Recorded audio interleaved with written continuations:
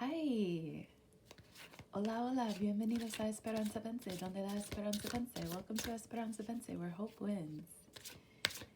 Thank you to my new subscribers. You too. Appreciate ya. I'm reading today for the energies of this upcoming full moon in Leo, which we're all feeling already. Full moons bring a strong energy to this planet. You know, most of our bodies are made of water, and as we all know, a lot of our planet is also made of water, and the moon and the water and the tides, they have a relationship of, you know, they have like this dance of pull and push, and so we're already feeling these energies coming through the moon. And I think that the moon is really emotionally the most connected heavenly body to us. You know, our planet has a really close relationship with our moon, and we're obviously part of all of that. Uranus is going to square the sun, and the sun is going to square Uranus at the time of this full moon at 16 degrees. And as we all know, the North Node is in Taurus. Uranus is in Taurus currently. Venus and Mars are also going to square, I think today or tomorrow. So that should be fun and sexy and interesting. You know, the push and pull between divine feminine and divine masculine, and softness and action, and, you know, resting and being a go-getter, yin and yang. It's just, I like the tension, I like the polarity, you know, I like the shake-ups, and I like happy accidents, as our friend Bob Ross would say. Happy accidents. Let's see what he says today. He's going to be our oracle today, Bob Ross. And that may be the true joy of painting, is when you share it with other people. I really believe that's the true joy. Thank you, Bob Ross. That is the true joy. That's the true joy of being ourselves, sharing ourselves.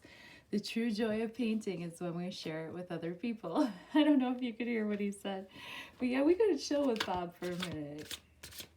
Here, Bob, do you want your, he has his painting palette over here. He's working on a mountain painting right now. I don't know if you can see. So he's gonna chill and paint over here while we talk about what it means to be a true Leo. Okay, so the sun is in Aquarius, and the sun is what rules the astrological zodiac sign of Leo. So what is the sun? The sun is our ego. The sun is our solar plexus chakra. It's what we exert out from within onto the world. You know, it's what we manifest from our own selves out onto the world. And just like Bob, you know, manifested his paintings to share with the world, we can use our egos in healthy ways to share our gifts with the world. We don't have to be egomaniacs. We don't have to always like get quote unquote, oh, the magician popped out. Speaking of manifestation, oh, the magician and the high priestess. This lighting's crazy because it's so sunny outside.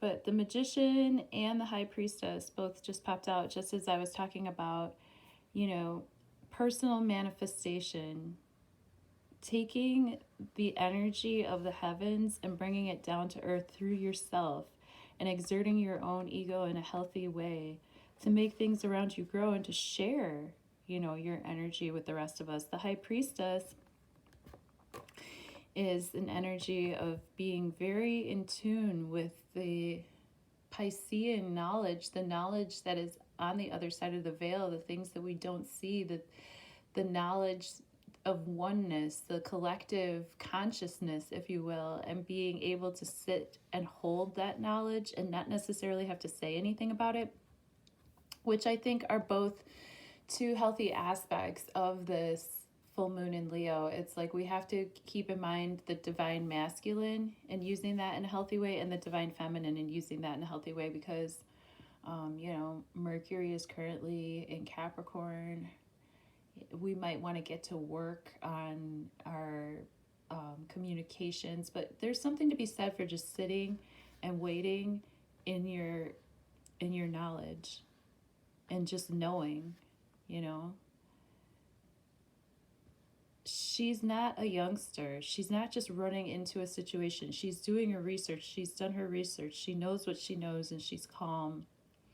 And she's psychic. This Capricorn energy is soon going to move more towards like Aquarian energy, and then I don't know. I just would say that, like, with all of the aspects that are ping, ping, ping, pew, pew, pew, around this full moon, and full moons bring a lot of energy anyway. I mean, there's a reason why wolves howl at the moon, It's a strong pull. I would just say that, like, go with the flow. Have some fun. Leo is about fun, creativity, being your childlike self. It's about love, passion, being proud, like knowing who you are and not being afraid to shine in your light. The sun is not at a strong point right now because we're in the middle of winter, so the sun is a little bit weakened, but this Leo energy sort of gives us a little bit of that.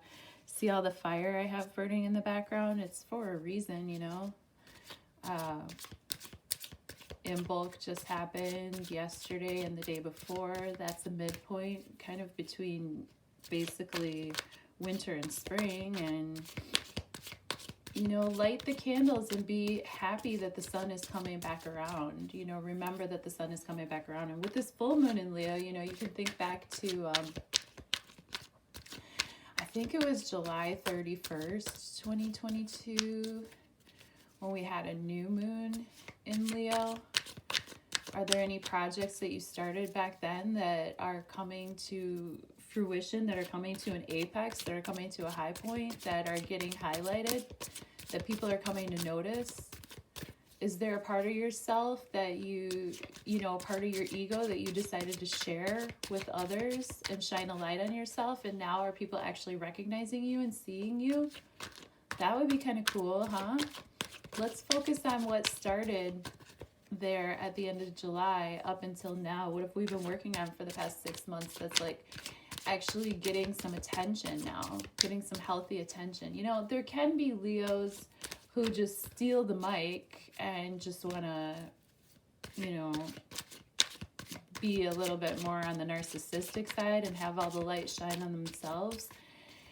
Let's think about, instead of having the light shine on ourselves, let's think about having our light shine out onto everybody else, because then that gives more of the shy people, the soft people, the people that do relate with Venus and Pisces, the people that do relate to their more quiet, sensual, psychic sides. Let's take our egos and let our light shine out so that everybody else can enjoy what we have to give, and also that it can light up the fire in somebody else so that they want to share what they have to give too.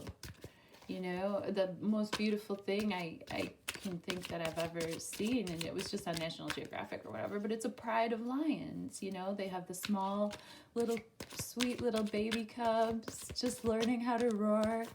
They have the papa lion and the mama lion who are calm and loving and playful with their children, yet fierce and very strategic when they need to feed their families.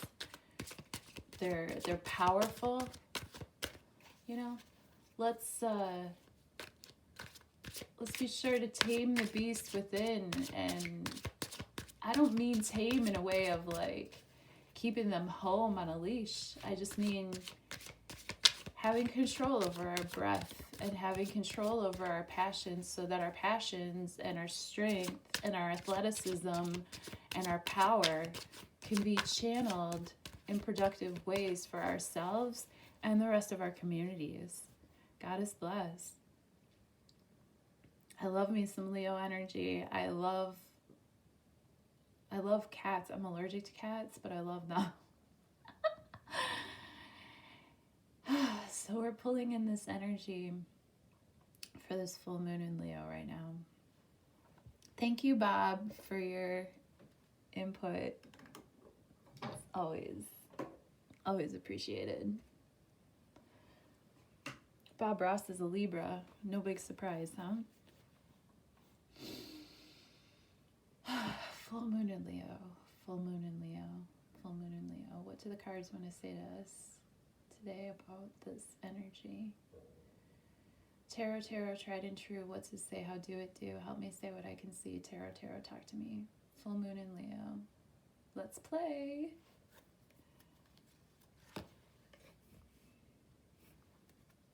This is us. This is what's crossing us. This is in the near past. This is in the near future. This is in our conscious awareness.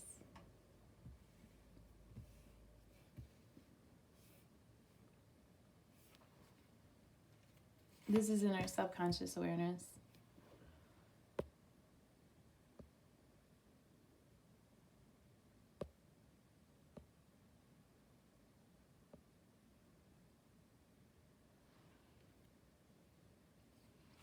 This is how we see ourselves in this situation. This is how others see us in this situation.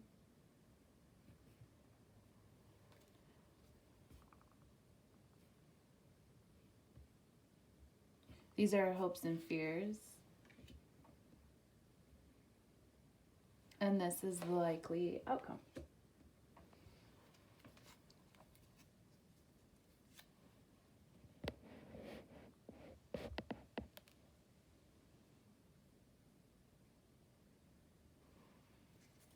Full moon in Leo.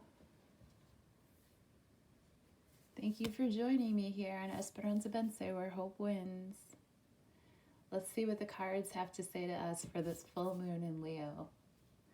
What is all of this strong, changeable, surprising, happy accident energy have to say to us? And also, if you do stumble upon an accident or, I was just telling this to my uncle the other day. I said, when plans change, whether we like it or not, that's just God setting us on the path we're supposed to be. And he agreed. Here we go. This is us, 7 of Wands.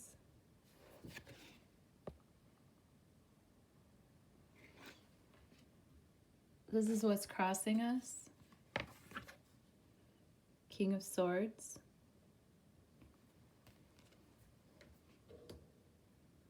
This is in the near past. The Tower. Oh, talk about Uranus energy. We were just talking about that. Plans changing. This is in the near future. The Sun. That's the Leo card. That's the embodiment of Leo. In our conscious awareness, Queen of Pentacles reversed. In our subconscious awareness, Queen of Wands reversed.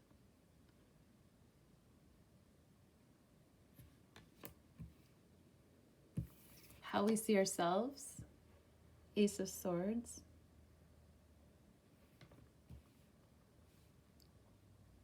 How others see us or what our environment dictates in the situation, Judgment reversed.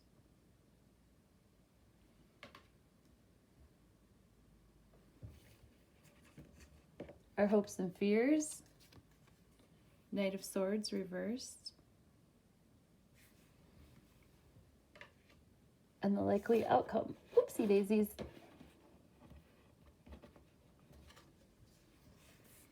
Four of Swords.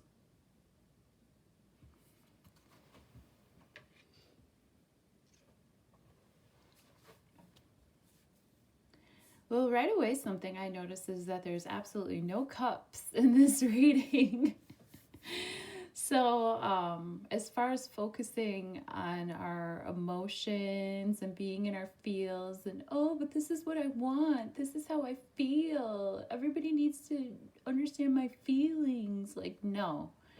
This is a reading that's talking about communication, passion, a little bit of pentacle, you know, a little bit of earth energy, and getting that together. But it's more Leo based. It's more Aquarius and Leo, which makes sense because Aquarius is an air sign, okay, and Leo is a fire sign.